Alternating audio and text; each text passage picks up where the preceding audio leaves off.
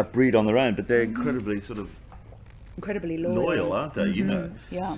I mean, it's not completely sci-fi, but last night was the Game of Thrones launch, and there were just cues there. It's so great, that show. I love that show. In fact, David Peterson, who was the linguist who constructed the Dothraki language in Game of Thrones, constructed the Castathan language, which is the language that I speak because I play an alien on Defiance. So, is this language written down? I mean, it must be for the script. I mean, how did he develop this thing? I mean, you know, we had this meeting with him right at the beginning, and there are 7 different races, and he'd be talking about, you know, these are much more star people and moon people, so this reference is to do with the sky and the stars and the masculine and the feminine, and as he was talking, I got the fear, and I thought, I'm never going to be able to do this.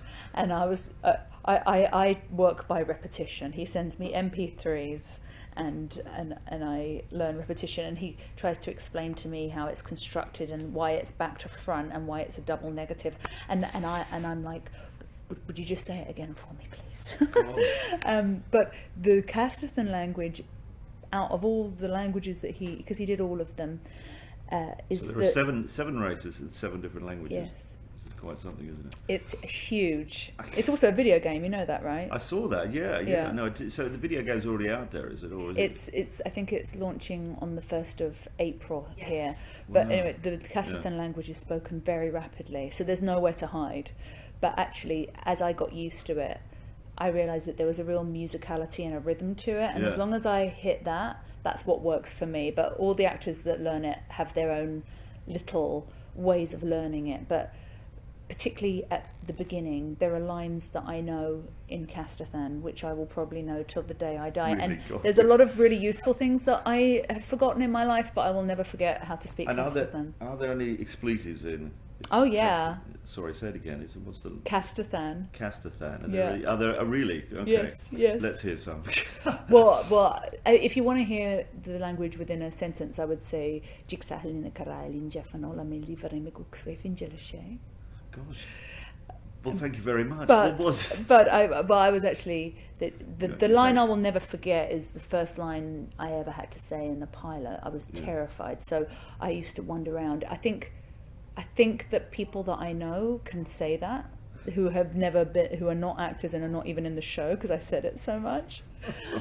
But the swear word we use, and sometimes the cast, we all email each other and we'll say, you know, we're hot stucco or something. Stucco, right, okay. You don't want to know what that means. If you watch the show, our readers, I mean, they won't be up on it. Yeah.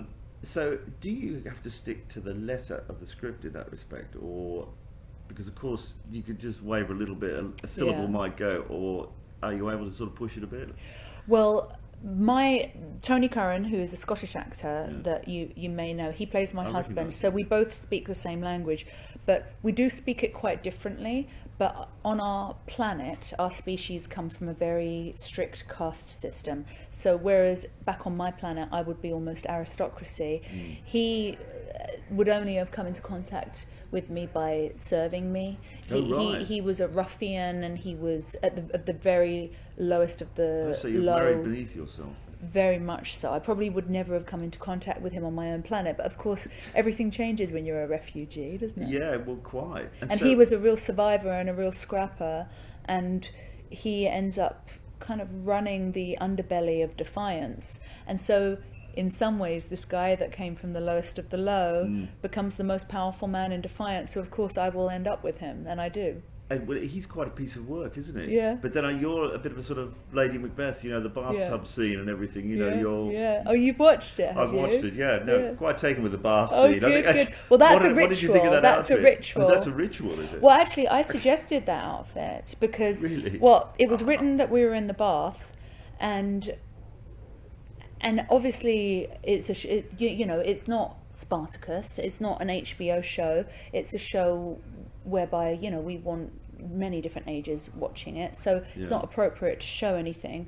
I said to the director, if I'm a human woman, there are things that I can do to help hide myself from the camera, because there is a certain amount of modesty in the way that a lot of women from all different cultures hold their bodies, and I can help the character, help the camera. But I decided that if I was playing this alien, why would she necessarily from another planet have the same inhibitions that female humans have? I wanted to play something different. So I said, would it not be more interesting if she stood like a dancer or a cat or a gazelle? You know, she has no awareness of her body. So they said, oh yes, we like that idea, but I don't really know how we're going to shoot it. I said, well, let's find some sort of ceremonial jewelry which will help hide everything we need to hide, but allow me to stand like an alien. And now it's become part of the ritual of the bathing ritual that we do. Oh right, so there are quite a few scenes like that out there. It's something that our species do. It's how we chill out at the end of the day. So what did you think when you first heard of this idea? I mean, because it's not, it's quite different for you, isn't it? Did you fully embrace it? I mean, did you? I didn't fully understand it. I didn't fully understand it till afterwards. But you know, I just thought, because it is interesting with this. It does take you a while to get into it. Does as an audience, you sit there and you. It's a lot of show to get your head around. It's a lot of show to explain. You know, when I'm doing these interviews, you realise that. But that was part of the reason that I was drawn to it. What a challenge! You know, I find it so brilliant and challenging playing women from other eras. As a white woman, unfortunately, I'm not really often allowed to play women of other cultures.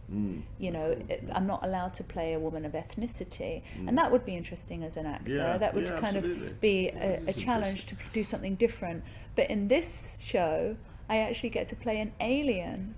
So, I mean, that's a great challenge. And the interesting thing, which was quite unexpected for me, was it was a really interesting way of a fresh perspective at what it is to be human.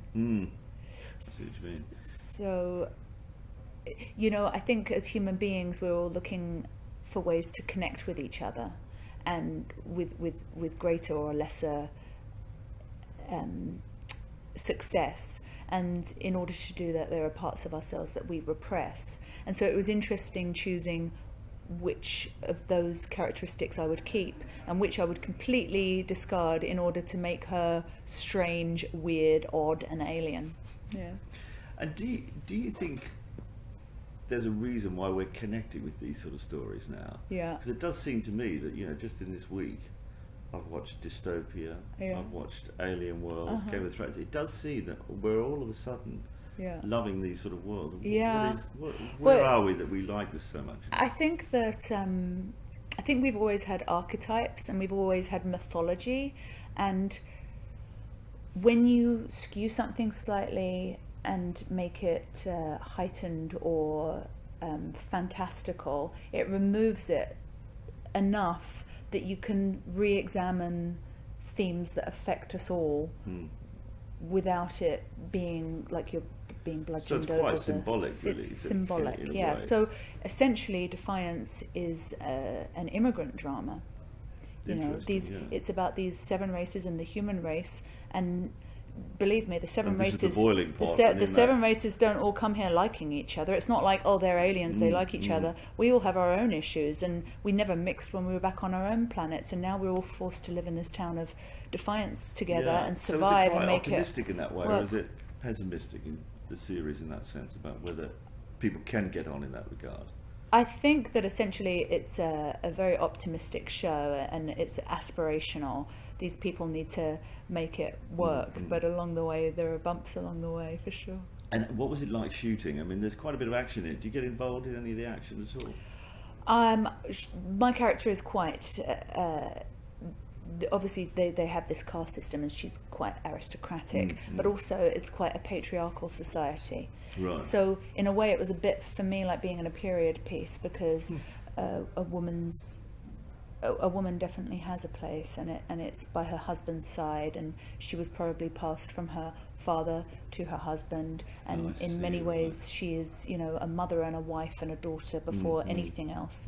So it was interesting to do that. It was almost like being in a period piece, but now she's in this brand new world, and so she's being introduced to all these other cultures and these other ways, and so maybe she will question her place in society. And so I get to look at feminism and kind of gender social studies God, type there are issues. layers to this. Yeah, it's really fun. But I suppose when you're in it, you're looking for all that, aren't you? Yeah, that's what we do as an actor, and hopefully you won't necessarily see it or think indeed. about it until sometime Well, the next mayor's season. a woman, isn't she? So she's the leader, effectively. That's Julie Benz. That's Julie Benz. So she's one of my really good friends. We did Dexter together. Oh, of course, yeah.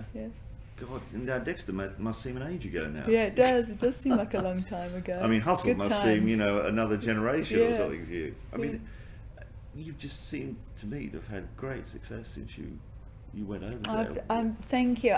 You must now look back and say, God, how's it all happened? Well, I've been lucky just, to be working. As an actor, you're always glad to be working. But I've also been on some really fun shows. Oh, you have, I've not played a boring woman in any of them. No. So it's been really fun. So what turned it for you, do you think? Which was the first thing that Definitely actually... Hustle. Hustle was my first big job.